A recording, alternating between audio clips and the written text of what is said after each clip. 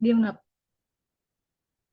Halo teman-teman, selamat datang dalam presentasi hasil analisis statistik deskriptif terhadap data panel PT Matahari Department Store dan PT Gajah Tunggal periode 2020-2024.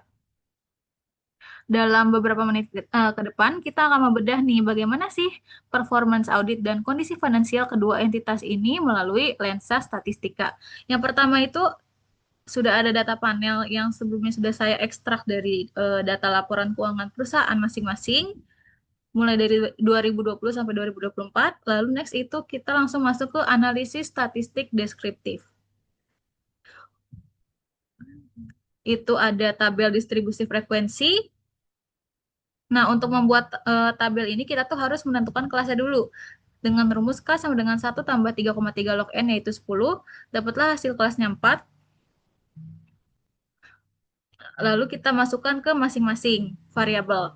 Nah, variabelnya itu ada 4, ARL, aset, laba bersih, dan juga liabilitas. Untuk ARL itu ini datanya tertera, minimumnya 47, maksimum 91, range-nya 44, dan intervalnya 11. Nah, untuk tabelnya itu tinggal dari minimum 47, kita cari selisih interval atasnya yaitu 57, dan inilah yang menjadi kelas satunya. Kelas 2-nya itu tinggal yang tadi yang paling atas datanya 57 ditambah 1, 58, lalu kita cari selisih interval atasnya yaitu 68 dan seterusnya dan seterusnya. Frekuensinya ada di 4204 dan untuk total aset juga sama.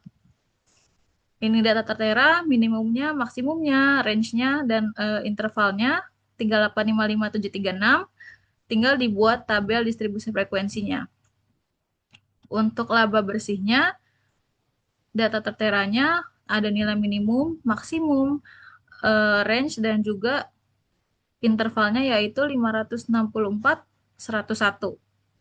Frekuensinya 1, 2, 3, 4. Dan untuk total liabilitas, eh, ini data terteranya, minimum, maksimum, range, dan juga intervalnya 1743, 843. Frekuensinya 5005. Next, kita langsung masuk ke histogram, yaitu ada 4 histogram dan juga ada poligon juga, sama ada 4 variabel. Untuk membuat kedua grafik ini itu kita tinggal masukkan tadi data dari distribusi frekuensi yaitu interval dan frekuensinya. Lalu untuk histogram nama chartnya tetap histogram dan untuk poligon ini menggunakan chart line. Nah, kalau di histogram ini kan kita bisa melihat nih ada ketimpangan data, ada yang 4, ada yang 4, ada yang 2, ada yang 0. Nah, kalau yang total aset justru lebih parah lagi ketimpangannya. Dia 4 4 lalu langsung ke 0 0. Sementara kalau laba bersih itu dia progresnya justru nanjak ya. Nanjak, nanjak, nanjak, nanjak, bagus berarti secara profit. Dan untuk total liabilitas dia sama seperti aset, itu 4 4 0 0. Jadi kayak ada gap yang besar banget langsung dari terendah tuh ke tertinggi yang tengahnya kosong. Nah, eh poligonnya akan seperti ini kelihatannya. Yang ARL tuh awalnya tinggi banget, terus turun, turun, naik lagi. Naiknya tuh langsung drastis ke 4. Terus untuk total aset, dia awalnya tinggi banget di 5, terus turun drastis ke 0, 0, terus naik lagi nih. Naik drastis lagi ke 5. Untuk laba bersih itu progresnya bagus ya, nanjak sedikit demi sedikit, naik, naik, naik. Artinya ada progres nih di profit. Progres yang positif. Nah, untuk liabilitas itu sama ya dengan aset, dia curam dari tinggi ke rendah ke tinggi lagi. Lalu next itu kita masuk ke materi.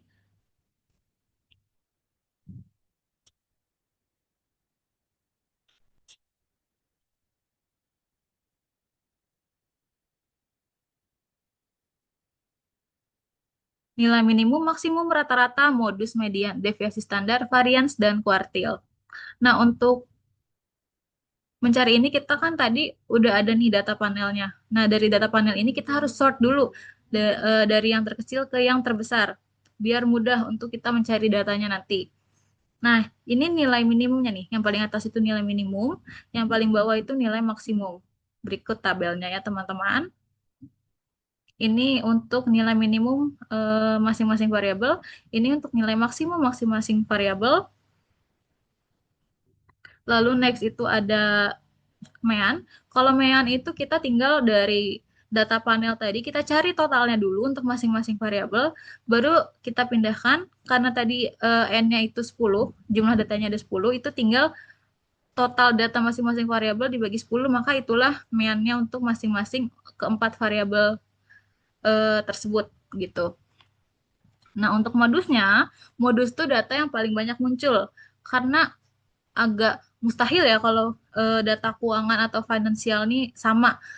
Jadi dari PT yang saya ambil itu modusnya hanya ada di nama KAP. Ini nama KAP-nya. Yaitu ada di Tanu Direja dan juga Imelda dan rekan. Satu PwC, satu Deloitte. Frekuensinya sama masing-masing 4 dengan persentase 40%. Itu adalah modusnya. Lalu ada median atau nilai tengah. Nah, nilai tengahnya ini tinggal dari 10 data, kita cari data kelima dan data keenam, lalu dibagi dua. Nah, hasilnya dapat segini untuk masing-masing perusahaan. Itu ada 65, 12, 050, 751, 8236. Lalu, karena deviasi standar ini adalah akar dari varians, maka kita akan mencari variansnya dulu, teman-teman. Untuk variansnya, karena meannya untuk ARL udah diketahui ini 67,3. Nah, berarti tinggal XI-nya. XI itu datanya tadi ini ya, XI. XI dikurangi dengan X bar 67,3. Nah, setelah dikurangi tinggal dikuadratkan. Totalnya adalah sebagai acuan penghitung varians dibagi 10, jumlah datanya dikurang 1, 9, yaitu 316,19. Sementara untuk total asetnya itu variansnya tinggal XI dikurangi X bar 12,372,784,7, lalu dikuadratkan. Nah, totalnya menjadi dasar acuan varians dibagi 9, yaitu 46301, 442, 608, 116,4. Dan untuk laba bersih juga sama, tinggal XI dikurangi dengan X barnya yaitu 548.833,6, lalu dikuadratkan, totalnya 4593 sekian dijadikan sebagai acuan varians dibagi dengan 9, hasilnya 510.409 sekian. Nah, untuk yang total liabilitas itu XI dikurangi X bar 8234691,2, lalu dikuadratkan, totalnya 86689 sekian. Nah, itu adalah acuan untuk dibagi dengan 9. Maka variansinya adalah 96322073829477,7.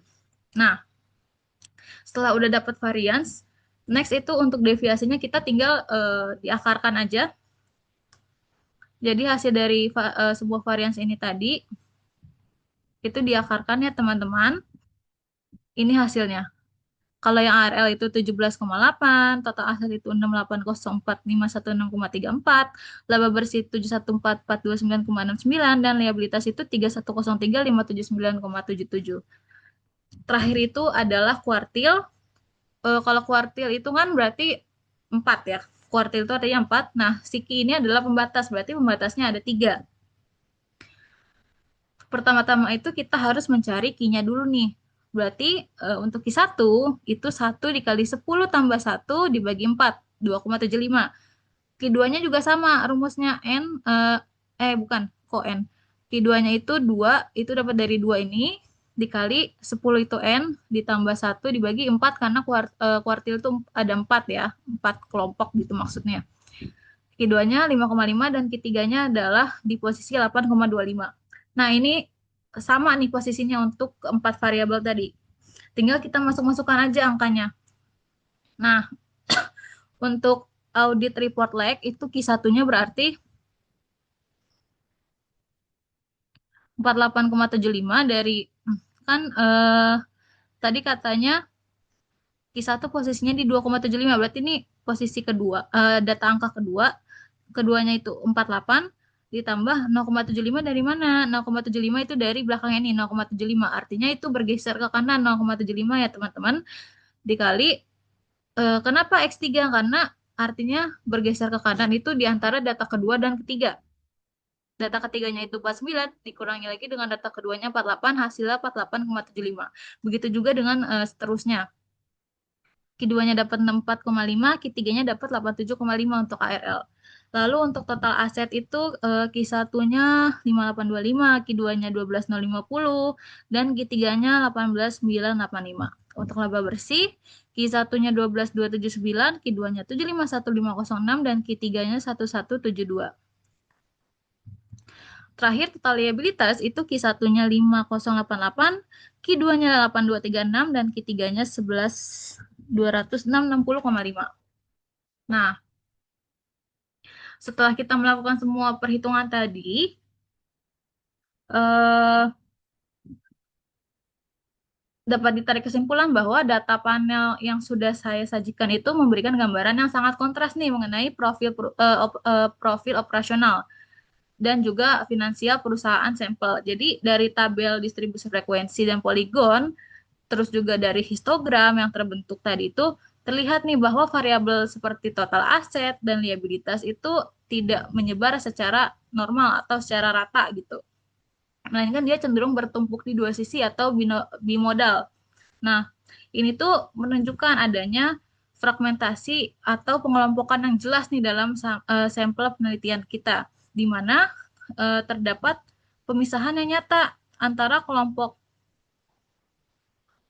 PT yang skala modalnya ramping dan kelompok yang korporasinya tuh udah raksasa gitu. Dia permodalannya udah besar. Dengan nilai asetnya tuh mencapai 20,56 triliun.